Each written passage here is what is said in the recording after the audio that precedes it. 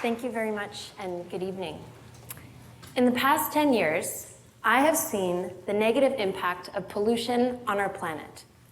We're using Earth's resources 1.5 times faster than Earth can replenish them. As a result, we're using the resources of our children's generation.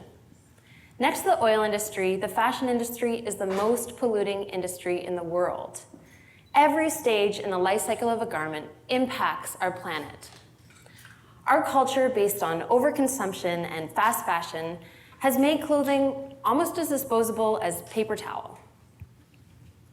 The production of textiles for clothing also depletes our natural resources. It can take up to 7,000 liters of water to produce a single pair of jeans. That's the same amount of water the average North American drinks in 26 years. Additionally, up to 8,000 chemicals are used to transform our raw materials into textiles. These chemicals can pollute our groundwater and waterways. When faced with this reality, my question became, as a fashion designer, how can I lower my environmental impact on our planet? What if fashion could actually contribute to a more sustainable future? It is within my control and your control as future artists, designers, and makers to dictate trends and to influence industry to make more responsible choices. As a fashion designer, I wanted to connect children to their environment, giving them the opportunity to fall in love with our natural world. So my challenge was to create 100% waterproof outerwear so children could spend the day outdoors, whatever the weather. So I need to start with textiles. Instinctively, I started looking at natural textiles that would decompose. I researched organic hemp and linen, but even the most promising option, 100% wax linen, would never be 100% waterproof. So I continued my search. I found textiles made of various wood pulps, Amazonian natural rubber, jellyfish, even textiles made of recycled car tires. Did you know that every year over 250 million car tires end up in American landfills?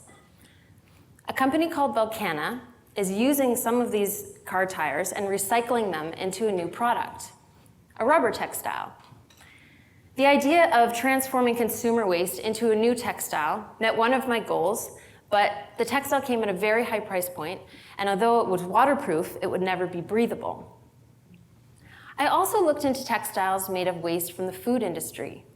After 7 years of research and development, a company called Pinatex has developed a leather alternative out of pineapple leaves. Pineapple leaves need neither fertilizers nor pesticides to grow. They are renewable, compostable, easily dyed, and their strength is comparable to linen. I also like the fact that Pinatex is a social enterprise. The leaves are a byproduct of the food industry, and by creating a demand for what would otherwise be waste, new income is brought to the farmers. Unfortunately, Pinatex is not waterproof. Many of the materials I've found are innovative, and they're creating positive change in the fashion industry. They're solving design challenges, but they weren't solving my design challenge, to create waterproof, breathable outerwear for children. At this point, I also started thinking about the end of life of the garments I would make out of these textiles. Would they too end up in landfills? Each year, the average Canadian buys 70 new articles of clothing. And in that same year, they throw out the equivalent of 76 medium-sized t-shirts. Currently, there are 12 million tons of textile waste in North American landfills.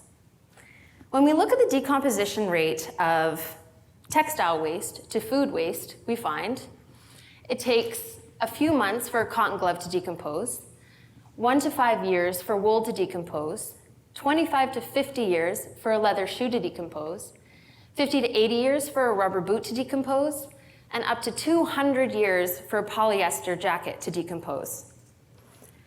Of all the textile waste we collect globally, only a third is collected for reuse and recycling. And of that third, a mere 1% is actually recycled into a new textile. What if I could divert textile waste from landfills, giving it a new life? As it turns out, redesigning secondhand garments is even more sustainable than designing with recycled fibers, using between 10 and 20 times less energy. But I wanted the cycle of collection and creation to be endless. This is when I started thinking about the entire life cycle of the garment. What is the origin of the fiber? Is it made responsibly? And most importantly, what systems are in place to recycle it? What if the act of creation didn't end with destruction, but started a new cycle of creation? This is the idea behind Cradle to Cradle, a design philosophy developed by Michael Brongart and William McDonough. The concept of Cradle to Cradle is that waste is equal to nutrients. Materials are endlessly usable, just like they are in our natural world. Cradle to Cradle was my solution. Now I just had to find a material that met the criteria. My search led me to the Sustainable Angle Fashion Expo in London, UK, where I found a fabric that was 100% waterproof and was made of 100% recycled plastic bottles. It was developed by a German company called Sympatex. This innovative content is called polyether ester, which also makes it recyclable. So what exactly is PET? Its full name is polyethylene terephthalate. It's made of carbon, hydrogen, and oxygen. It's a lightweight but strong form of polyester and is commonly used to make plastic water bottles. When recycled, 5 PET bottles can make 1 square foot of carpet, and 25 PET bottles can produce a polar fleece jacket. So Sympatex collects these plastic water bottles and processes them into a new yarn. When compared to the processing of virgin polyester, we see a 94% reduction in water consumption, a 60% reduction in energy consumption, and a 32% reduction in CO2 emissions. Sympatex then weaves these yarns into a new textile. Enter Fairchild. From plastic bottle to raincoat to plastic bottle again. That's the life cycle we envision for our line of children's outerwear. When our garments wear out, our customers return them to us, closing the loop and ensuring our waste is transformed back into a resource. To date, we've met some of our goals. We've diverted waste from landfills, our garments are fully recyclable, and it is now our responsibility to find a recycling partner who can take those garments and recycle them into a plastic bottle, or even better, a new textile. Sympatex is working hard to make this a reality, and in October of last year, they released their first end product made of entirely recycled textiles. The idea behind Fairchild is to have a positive impact on our environment through fashion, and to inspire environmental stewardship in the next generation. The goal, an endlessly reusable model of environmental and social responsibility.